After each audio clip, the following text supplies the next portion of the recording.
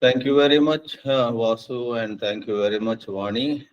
It is your goodwill and your good thoughts about me which always bring new energy to me when I speak at the meditation and study circle. So may God's grace be with us in carrying this work forward. Oh,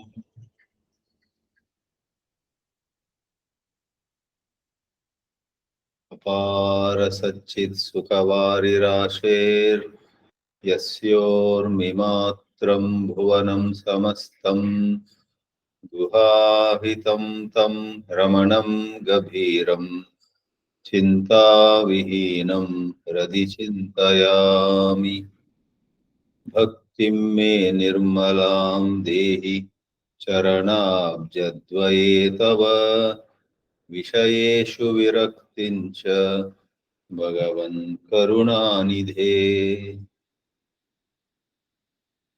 Friends, on this online platform of meditation and study circle, we will apply our mind to certain nuts and bolts of self-inquiry. It is now my duty to share with you what I mean by nuts and bolts. I draw from the well-known dictionaries, and what they say is the expression nuts and bolts means the practical facts about a particular thing rather than theories or ideas about it. So we got to touch upon practical facts and not theories or ideas about it. Let me tell you that as I go ahead with the presentation, at places many of you may feel that this is theory, this is idea, this is a concept, this is high philosophy. Where is the practical side of it? So, when it comes to self inquiry, I must clarify that there is, on one hand, the practical side, and on the other, unless there is a good understanding of what it is all about, the practice will be rather blunt, will be rather ineffective. Maharshi Ramana asked us to practice, but his revelations, his clarifications on various issues, how he cleared the doubts of people were all so important. Without an understanding arising from going into the nuances of self inquiry, the so called practice would be rather useless. Therefore, take this definition of nuts and bolts with a grain of salt. We will not go away from practice, but if it seems that we are getting too philosophical, please know that that philosophical deliberation is to bring greater effectiveness to the practice. I'll beg you for permission to quickly go to a later slide where Maharshi, in fact, says, I'll come back to this afterwards also, the place of practice is unambiguously highlighted by Maharshi Ramana. He does not fight shy of the word practice. Some Shastris, some scholars don't like the word practice. They say, understand the Shastra, and in the understanding of the Mahavakya, everything is over. That is nice to hear, but Maharshi, knowing well the plight of a lot of Shastris who say all this, but who themselves feel miserable when something slightly goes wrong, or some in the audience don't accept their view, they get jittery. There is a debate about the place of understanding the Mahavakya like Tattvamasi and practice. There are two camps which talk in more or less uh, opposite camps. Their views are poles apart. One camp talks about understanding, and understanding only. It is all about seeing, and seeing only. And you and I deeply appreciate that vision. But the other camp says all these have a certain deceptive simplicity. You may be charmed by certain words. You may be charmed by certain conjecture, certain visualization, and you may almost feel, I reached there, only to get a hard knock the very next day in your life when somebody refuses to say good morning to you and you feel rather embarrassed. Look at his arrogance. He doesn't say even good morning to me. One namaskara he doesn't say to me, and so on. What happened to all your Shastraic understanding? You, Sachidananda, are embarrassed or offended by somebody not saying one namaskara to you? Shame upon you. You better sit down and practice whatever it means. Anyway, this debate goes on and on. I will share more with you on this debate between the place of practice and the place of right understanding on various occasions in this session and in sessions to come. Maharshi said at places, repeat the old practice. To whom do thoughts arise? The answer naturally will be to whom else? To me. This thought has come to me. This thought is coming to me, this me. And Maharshi has advised elsewhere, question, who am I? Keep up the practice until there are no breaks. Practice alone will bring about continuity of awareness. So much for practice, so much for practical tips. Now going back to boost our understanding once more. A bird cannot fly if its wings are not strong. Likewise, our meditation cannot go to sublime heights if our grasp of what this self is, after all, who is inquired into, what is targeted, and so on. Therefore, we carry on a little investigation which may one last time appear to be philosophical, but mind you, it can give a wonderful lift to your meditational practice. So, to make us recognize the importance of self inquiry, Maharshi said in the great book Talks with Sri Ramana Maharshi, in talk Swamiji, number can you 21. put it full? Can you put full screen, Swamiji, presentation? Oh, really? It went away? No, you are there. No, the screen. Oh, correct. I Power, understand. Correct. Yeah. So, yeah, I PowerPoint, don't know how PowerPoint. it disappeared from. Yeah, I'll put it full screen by. Uh, Is it okay now? now it is fine, Yeah, Swamiji. I don't know how it switched back. Okay. So, a sense of purpose is very important, a sense of priority, a sense of urgency. And here is a quote by Maharshi Ramana.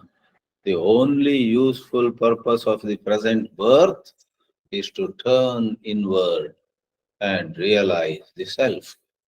There is nothing else to do. Alas, in our worldly way of living, we have a long list of things to do, and then we say, oh, I forgot. Self inquiry also has to be put in this list. And alas, many times it is added at the bottom of the list. Maharshi asks us to realize, to recognize that self inquiry is of utmost importance. We want our life to be truly meaningful. Get down, get closer to self inquiry. Who am I? Why are we here? Maharshi was really echoing the Upanishadic wisdom. Iha ched avedit ata satyamasti nachediha avedit mahati vinashtihi, says Kenopanishad. If in this life you were to know who you truly are, that is so wonderful. And if in this life you were not to know and drop this body and move on, what a great loss it is. Mahati vinashtihi, says the Upanishad from the Samaveda. There is one slide, at least in this presentation, by someone other than Maharshi, and that is no other than another great of those days in the last century, Nisargadatta Maharaj, who lived up to 1983 or so, shook the very foundations of our ordinary thinking. Ordinarily, we look at ourselves as an inquirer, as a sadhaka or a sadhika, and many a time we are so obsessed with being an inquirer. God forbid, we don't want to realize the truth because the excitement, the fun, the enjoyment, the identity that I am a sadhaka has become so dear to us. We get so attached to being the hunter, and we don't want to hunt down any animal which otherwise is the purpose. But Nisargadatta says, how long do you want to remain in that illusion, in that fanciful excitement? I am nowadays studying Vedanta, we say. Nowadays I am reading, Ashtavakra Gita, nothing less than that. Nowadays I spend lot of hours and hours in meditation. When people say that, first it looks great, but if you have the ability to smell something foul, you will find that they are so attached to being a student of Ashtavakra Gita or being a meditator for many hours in the day. Now that is a new identity. That's a new form that the ego has assumed. There's a new way of seeing ourselves. We built a new image of our own, and we are attached to the image, and we don't want to see who we actually are. Imagine somebody is very attached to his photograph, which was taken 10 days back, and says, oh, to all his friends, look at this photograph, how good I look. One of the friends then says, oh dear, that photograph taken 10 days back, of course, shows you in very good light, but you don't look even half as good today as that picture is. Do you want to be good here and now? Or are you celebrating even now a picture of yours 10 days, 10 weeks, or 10 years ago? How good you are looking. Throw that picture away. You got to be good. Now our thoughts go on creating images, bundles of pictures. Nisargadatta says, the one who is trying to know the ultimate truth is unreal. He pulls the carpet below our feet. We are enjoying knowing the ABC of self inquiry, and we wear a new hat. Nowadays, I am a self inquirer, and so on. Nisargadatta says that entity who is inquiring is false. Who is doing sadhana? Please ask that question with all earnestness. Who am I? Who is doing this sadhana? They asked Maharshi Ramana, isn't the very entity that is inquiring also a form of ego? Maharshi, without batting an eyelid, said, "Of course it is." And then he gave the example of stirring a burning fire, cremation fire, with a little stick of wood. A son sets the fire on fire, or sets the body of the father on fire with pieces of wood above, pieces of wood below, and as the burning is going on, to facilitate quicker and smoother burning, with a little stick in hand of wood, he goes on stirring it. And meanwhile, the stick also becomes smaller and smaller, shorter and shorter. And towards the end, when the burning of the dead body is almost complete, the son sees that the stick with which he was stirring has become so short it will now burn his hand. He throws that little stick also into the fire. Maharshi compares the who am I inquiry, the inquirer, to that stick of wood that also has to get burnt in the fire. Who is doing sadhana? You better ask.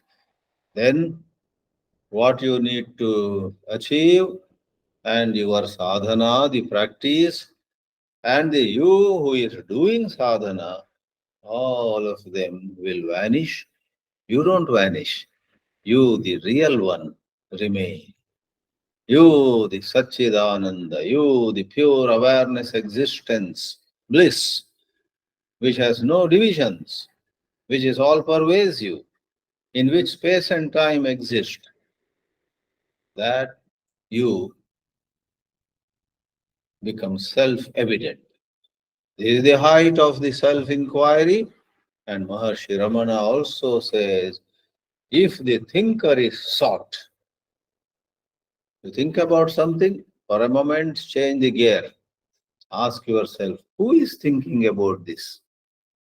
You think about having a hot cup of coffee. Wonderful, you did it all your life.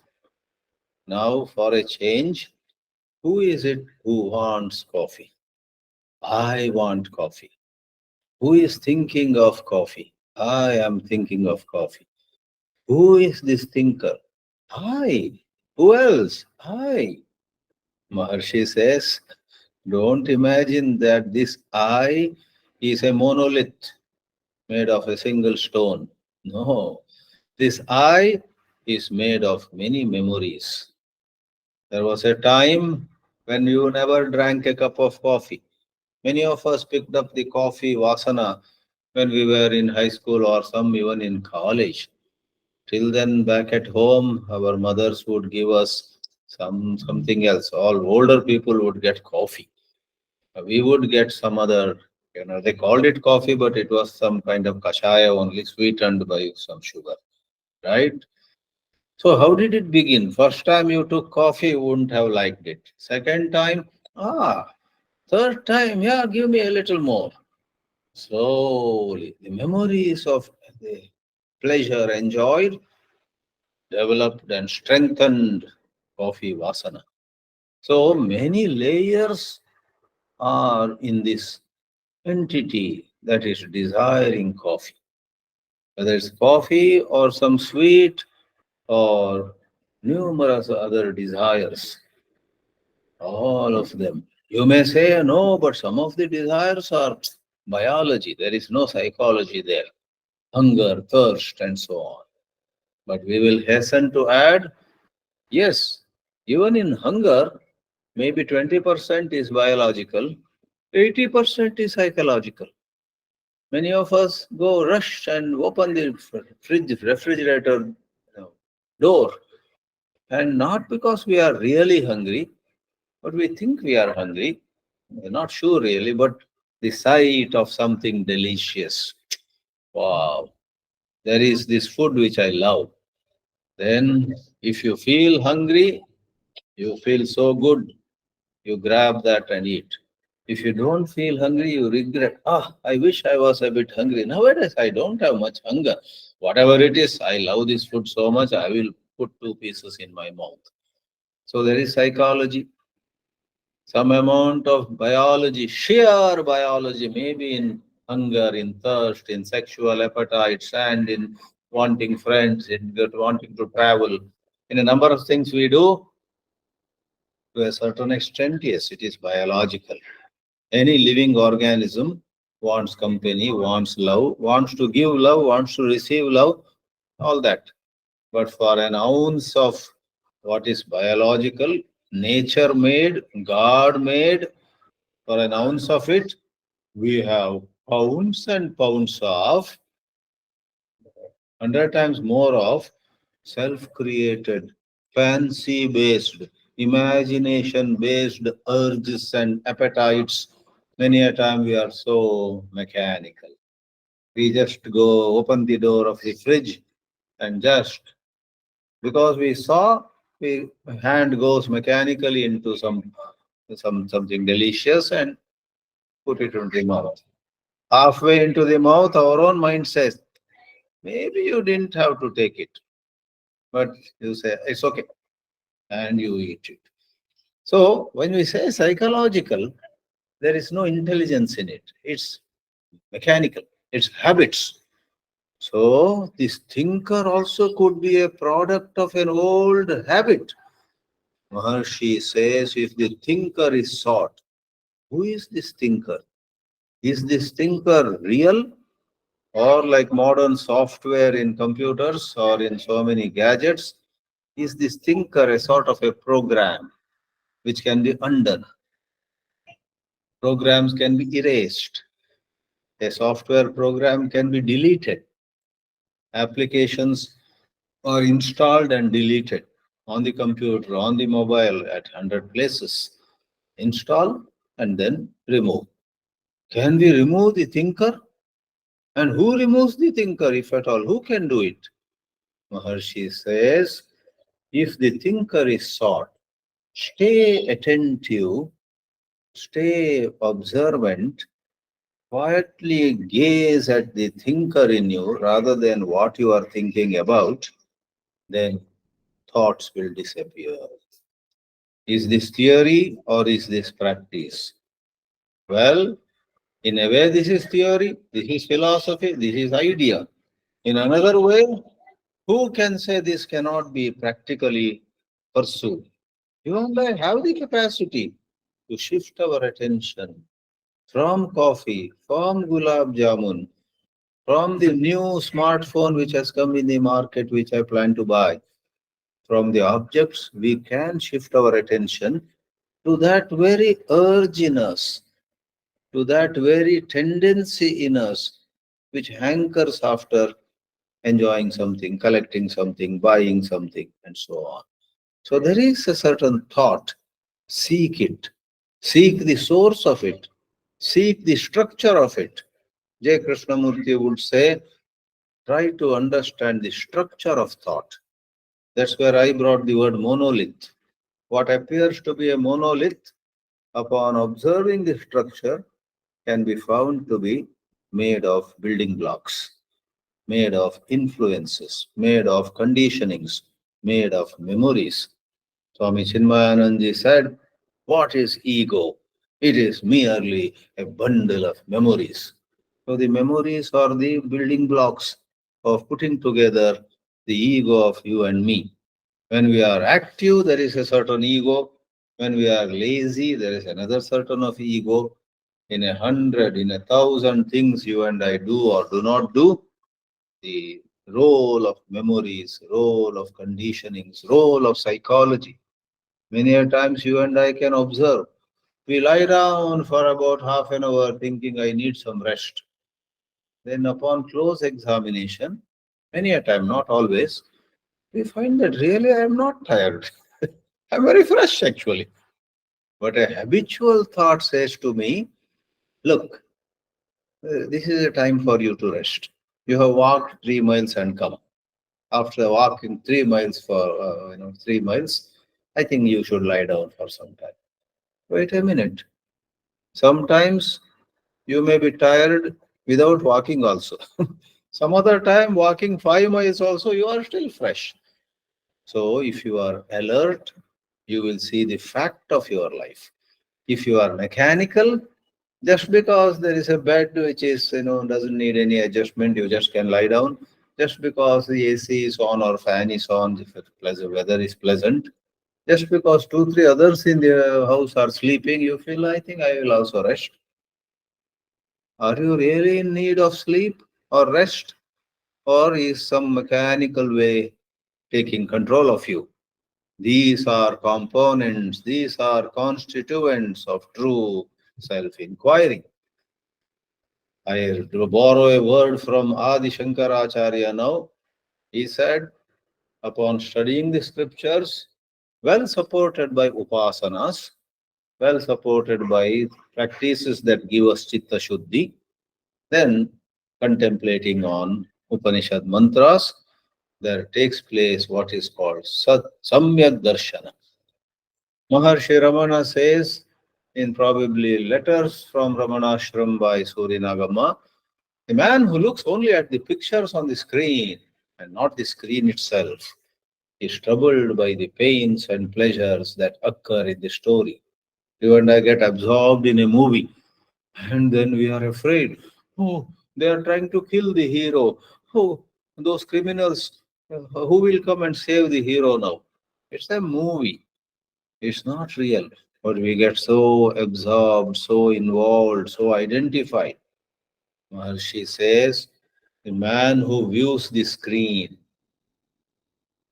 without losing sight of the screen, which is making possible the movie, such a man realizes that the images are all shadows and not something apart and distinct from the screen. So also with the world, it's all a shadow play. Terrific. So I'm connecting it with Samyak Darshana. Samyak Darshana, right seeing. Right seeing is holistic. It takes the shadows, it takes the images, and it takes the screen upon which the images are projected also into consideration. Therefore, under nuts and bolts of self inquiry, what you and I actually practically need to do is not just mechanically sit and ask, who am I? Who am I? I will do another 5 minutes, then it is coffee time. Who am I? Shiva Shiva. You convert who am I inquiry into a dull and drab mechanical process? No way. The real spirit of self inquiry is to be very observant, very alert, to watch the movement of the self, to watch the movement of thought, to borrow Krishnamurti's words. So, if we do that, what will happen under the sun? Above all our life we find there is an object and we are the subject. There is coffee and I think of coffee. There is Paris. I am planning to go see Paris next month. There is something to see, something to hear, they're all sense objects, all mental trips, all emotional rides are available in this world. Now, in all these, there is the object, what we want to enjoy, and then there is the subject, the one who enjoys. Maharshi categorically says this subject and object, the duality, Dvaita, is brought into the scenario by thought only, thinking. So, can it ever vanish? Can the duality disappear? Just because a book says, just because some Sanskrit shloka says, just because something in a very mystical poetry says it, just because somebody who is highly revered person says it, in Tamil or Kannada, Telugu or Malayalam, or English or French, Gujarati or Marathi, no matter who says, our question is it really possible? Maharshi guides us. Here are, yes, to begin with, there is an object visualized by thought. There is a subject which is also experienced by thought. I see some food on the table. I say, wow, this is exactly what I have wanted to eat, and it has come to my table today. I'm excited about the food. Bisibele bath, let us say. Kannadigas are fond of it. There is bisibele bath. Oh, I'm also aware of somebody in me who is already dancing in joy. Bisibale bath, that food item is delicious, maybe. And who is this who is getting excited? That is also a thought. Now, Maharshi says, in self inquiry, in the practice of self inquiry, we don't say don't eat visibele bath, but in the practice of self inquiry, for a little while, let go of thinking about visibele bath, that food item, but pay attention. Don't think about the thinker. Pay attention. Inquire with intelligence, not with another thought. You have a certain intelligence which can inquire without thought. So inquire into ah, who is excited? What is this I? What's the nature of my excitement? That's what is meant by holding the I. I want to eat that food. Okay, you will eat. No, no, don't worry. But when you say, I want to eat, or in some other scenarios, I became the laughing stock of the whole town. Oh, how sad. In my college days, in my fourth year of the 5-year course, I contested the elections of the student body and I lost. And I went to my hostel room, locked the room from inside. There was a chair, there was the bed, but I sat down on the on the floor, leaning against the wall. Oh, I should not have contested this student election. I should not have entered politics at all. Oh, so all this happens. Now, who is this I? Whether it's desire for delicious food or an urge to become somebody, secretary of the student union. Later on, such people with those urges want to become an MLA, want to become an MP, want to become this, that. Or if they are already that, they want to hold on to it. Who is this? I want to be an MP and eventually a PM, maybe. Who is this I? Friends, it's possible to slow down, economize on thoughts, and gaze at that desire to become a prime minister, to become a member of parliament, to become. Once I asked students in a class where I was teaching self inquiry, everybody I asked, what do you want to become? What do you want to become? And in that class, most of them were very old. Yeah. But there was a newly married girl who had come down to that city. I don't know how she came. Maybe she brought her mother in law who was interested in all the spiritual themes. But the young girl sitting in the front row, I asked her also, what do you want to become?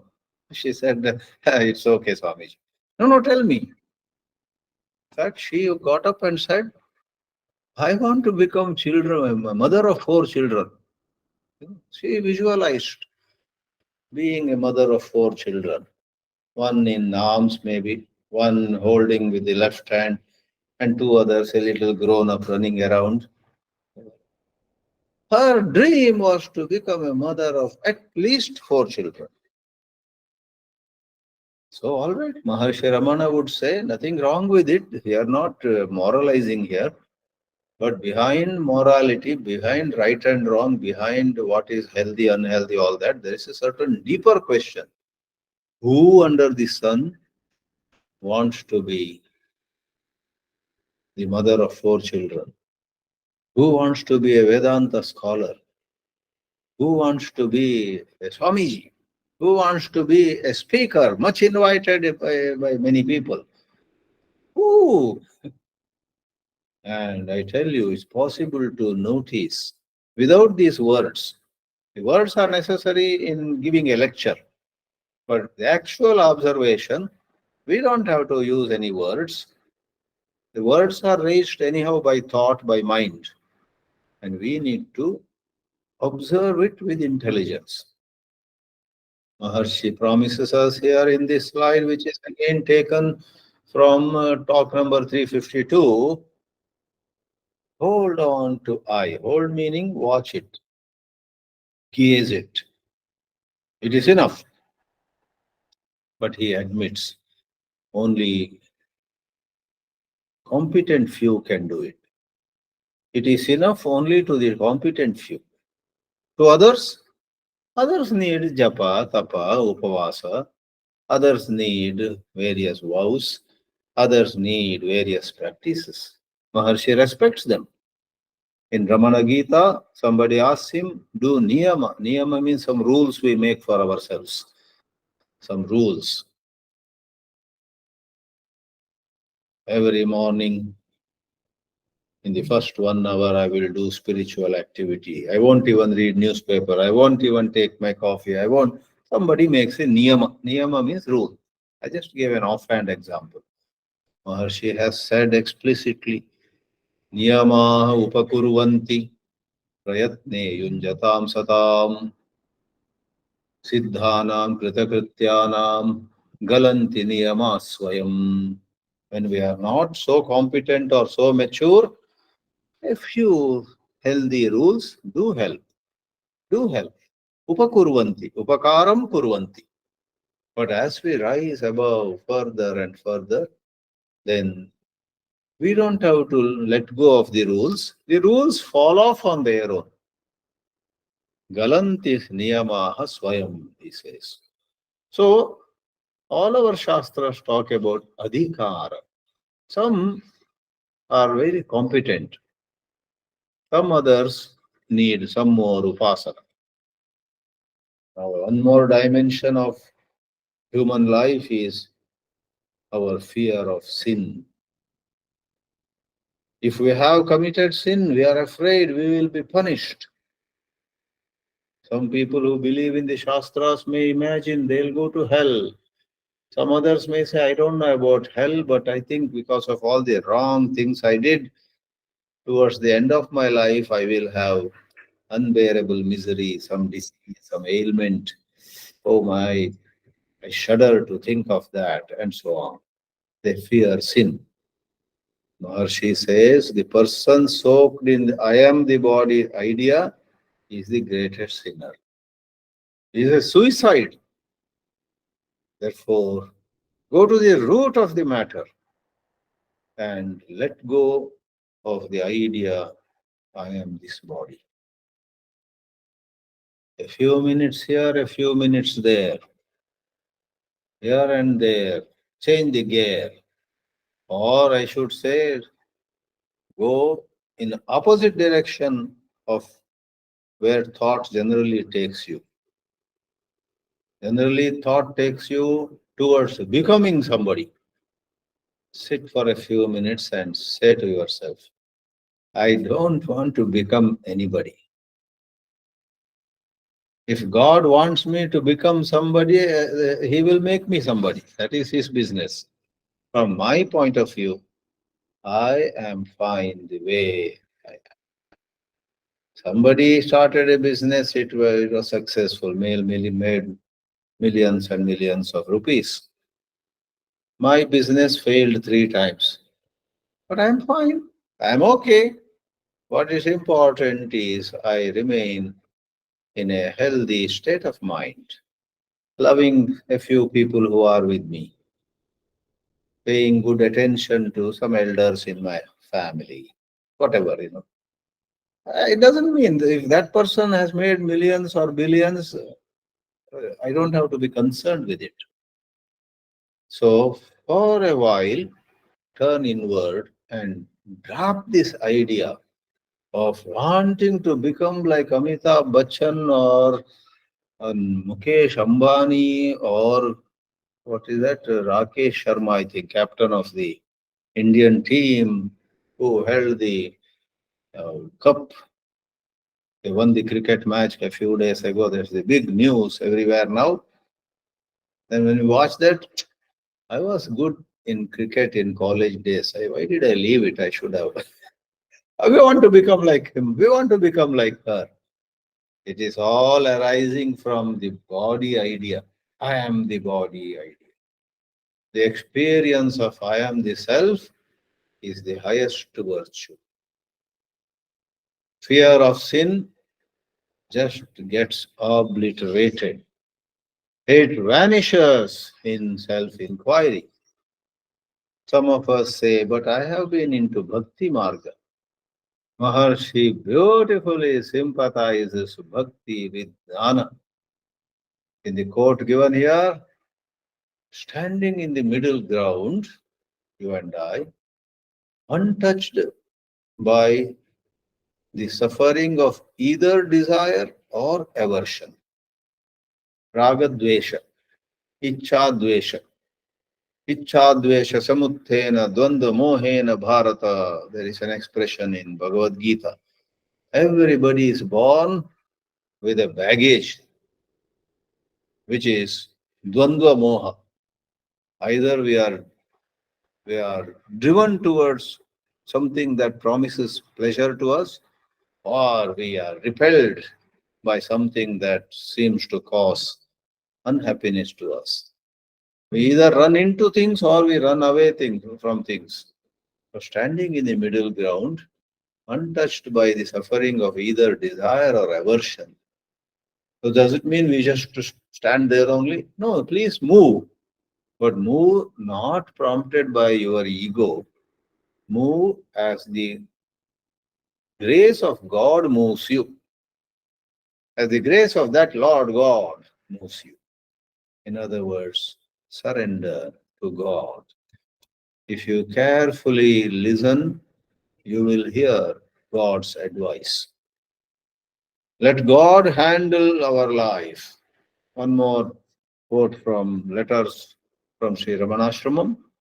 A certain lady, Surya Nagamma, from somewhere in Andhra Pradesh or maybe today's Telangana, went over to Tiruvannamalai and then lived there for many years. But this lady had a wonderful habit. Every day she would write a letter to her brother in some town in Andhra Pradesh. And all those letters later became a book called Letters from Sri Ramanashramam by Suri Nagamma. I don't know for how many years, some years, some period.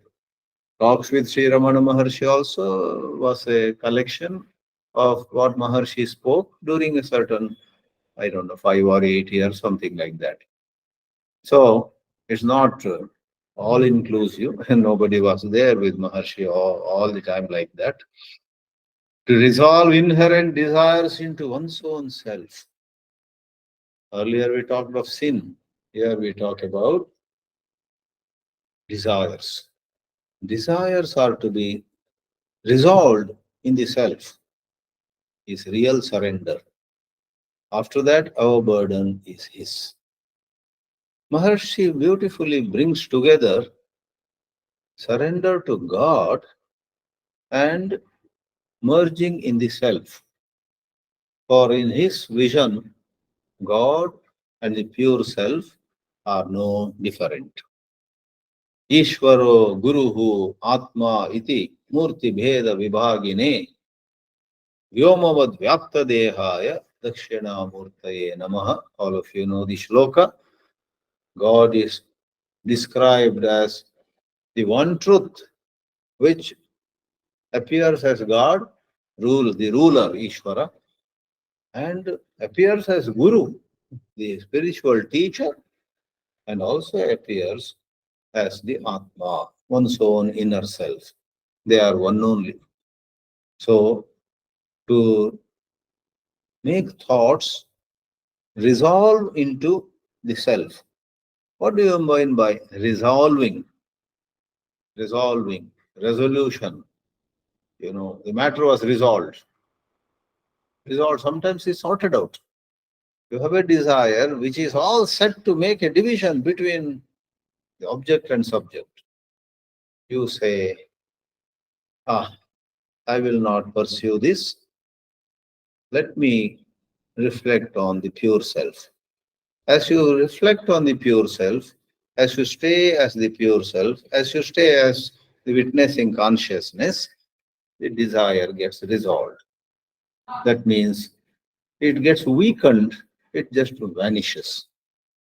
Whereas if you don't reflect on the pure self, instead, if you reflect on your personality, I am a senior division clerk, and before I retire, I want to become the manager of this office. So you are reinforcing your idea of your being a senior division clerk. I am this, I am that. They are all mischief of thought. For once, for a change, here and there at least, don't think of yourself as this or that. Just be. That is resolving. Here is a thought which describes you in a certain way. You have the option to strengthen it further or to weaken it and sort it out, resolve it. So resolve desire, resolve anger, resolve any other thought into the self. That is also surrender. How nicely things are sorted out. Couple of more slides, then I will bring the presentation to a halt. One more place in talk 208 also we see the master of self-inquiry of the last century, whose teachings are not bound by any time period. His teachings are eternal. Maharshi says, if you merge in the self, there will be no individuality left. You will become the source itself. Just a moment before, when you are playing as the ego, then you, the desirer, and something that is desired were distinct. And you, the desirer, were the individuality. But when the individuality merges in the self, the duality vanishes and you are the source itself. Then who is to surrender to whom if there is no duality? There is one only. Who is to surrender to whom?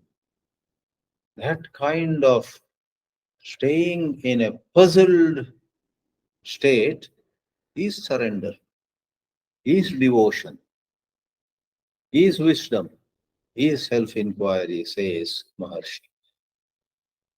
Maharshi helps us move from certain gross conceptualizations in which we live.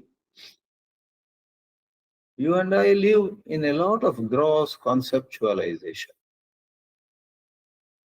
about ourselves and about others also. Somebody comes in certain uniform, maybe army man's uniform, police officer's uniform, and physically he is looking quite good. We think that this man or this lady must be a wonderful person with lot of courage and wisdom and you know abidance in law and this or that. Then after some days we may discover that he is into some scandal and he himself will go into jail and Rama Rama.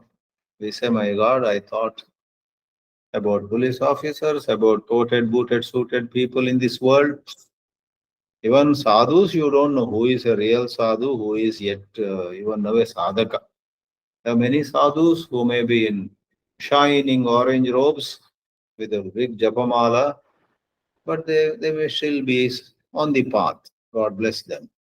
Then there may be somebody who is in a half shirt and some simple regular pants. No signs, you know, no features of some Himalayan monk. But as you spend time with this man who is wearing pant and shirt, and the first time you met, he was sitting with his grandson also. So first you thought, this is a worldly man, he has got a grandson. But hold on, sometimes these are the people you will find that there is a great depth. So what I mean by conceptualization, we visualize, conceptualize. We conceptualize, we conceive somebody to be something. And at a certain moment, we put him on a pedestal. Later, when we realize what he is, we bring him down. Other way also it happens. We reject somebody in the beginning. Later, our eyebrows go up. Oh, he is such a good person, either in spirituality or in any other field also. Right? So, concepts. This mischief of mind is a terrible thing. Do not fall a prey to what the mind does, mind's work. Science is great, but this modern science has made us believe more and more that we are some puny creatures on this earth. Space and time are the reality.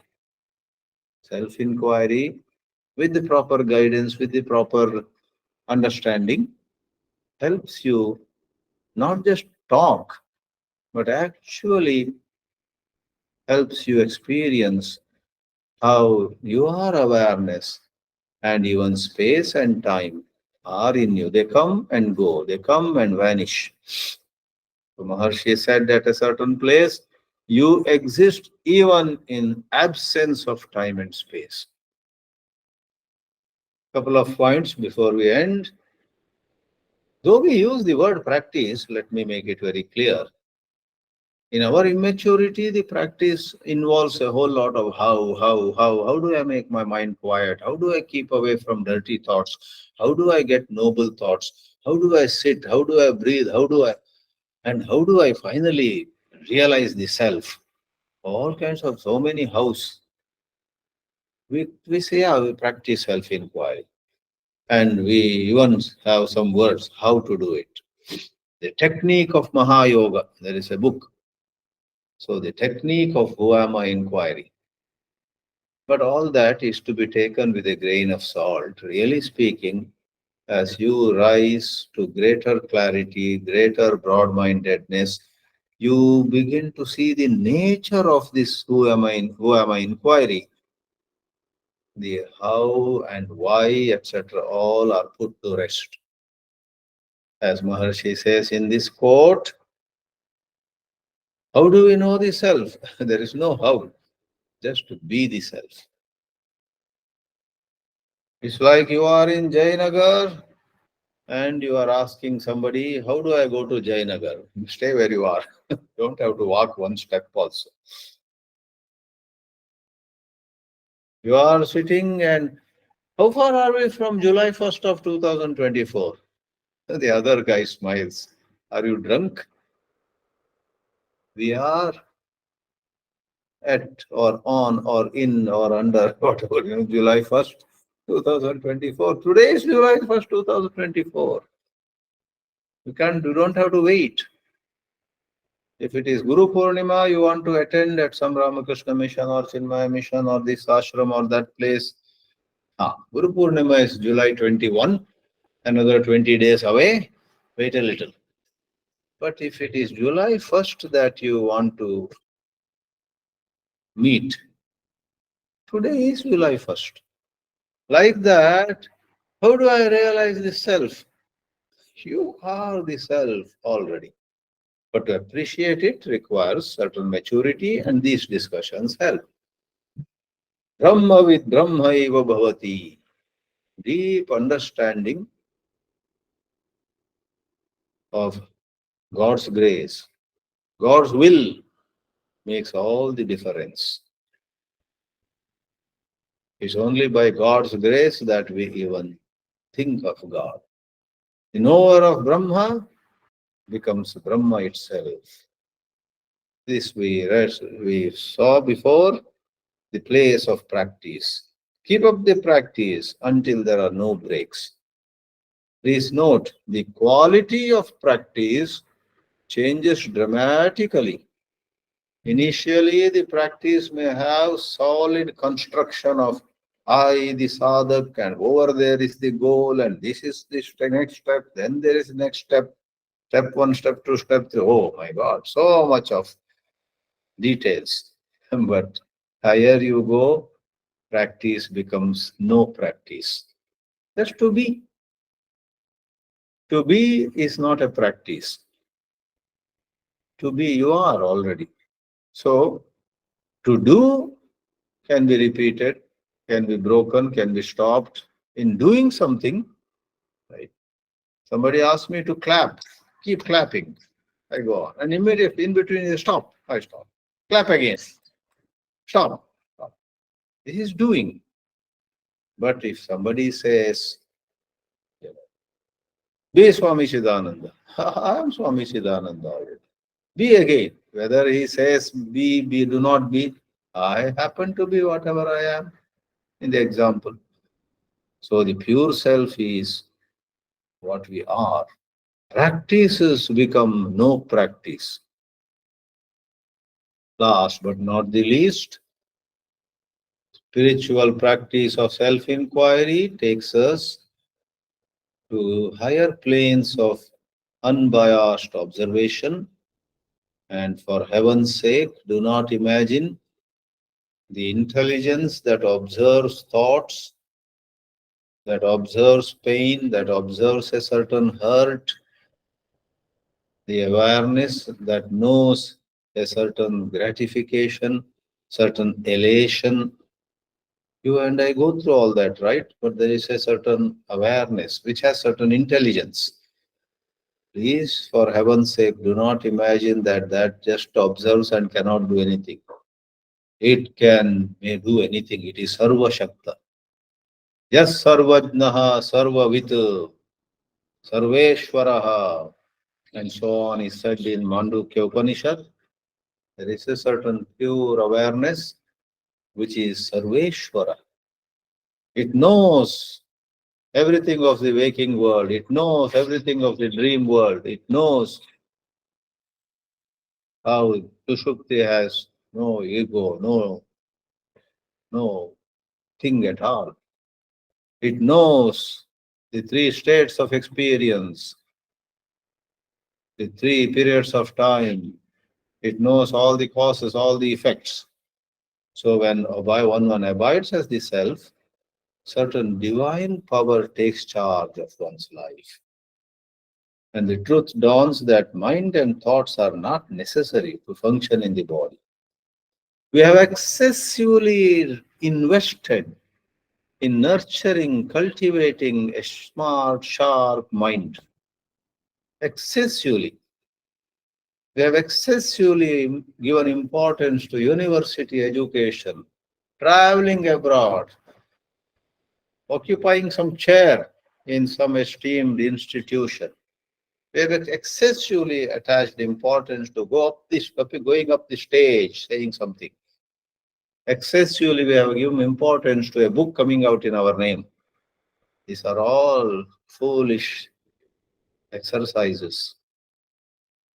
We don't say don't write a book, don't go on a platform, don't take a chair, etc. That's not the point. But as the deeper intelligence operates, you will be able to put everything in perspective. Everything will be in its place. If you happen to occupy a chair in some esteemed university, that is your prarabdha. Neither good, anything, there's nothing good or bad about it. You perhaps have heard when people asked, is it necessary to give pravachans in spiritual life? Maharshi said, ah, some people go on giving pravachans because it is their prarabdha. If it is their prarabdha, they give lectures. There's nothing bad about it, but there is nothing so good about it. It cannot become the means to realization. They are all secondary things. We don't want to look down at people who give lectures. They are doing some service to society in their own way. But somebody who sits on a platform and gives discourses with terrific Sanskrit or some other Shastra Jnana, that doesn't mean much. With due respect to her or him, that doesn't mean much. What is important is to stay as that intelligence, be with God, then you will be God. So there are a lot of subtleties lot of sukshma vishayas in this vast domain of self-inquiry. Om Namo Bhagavate Sri Ramanaya.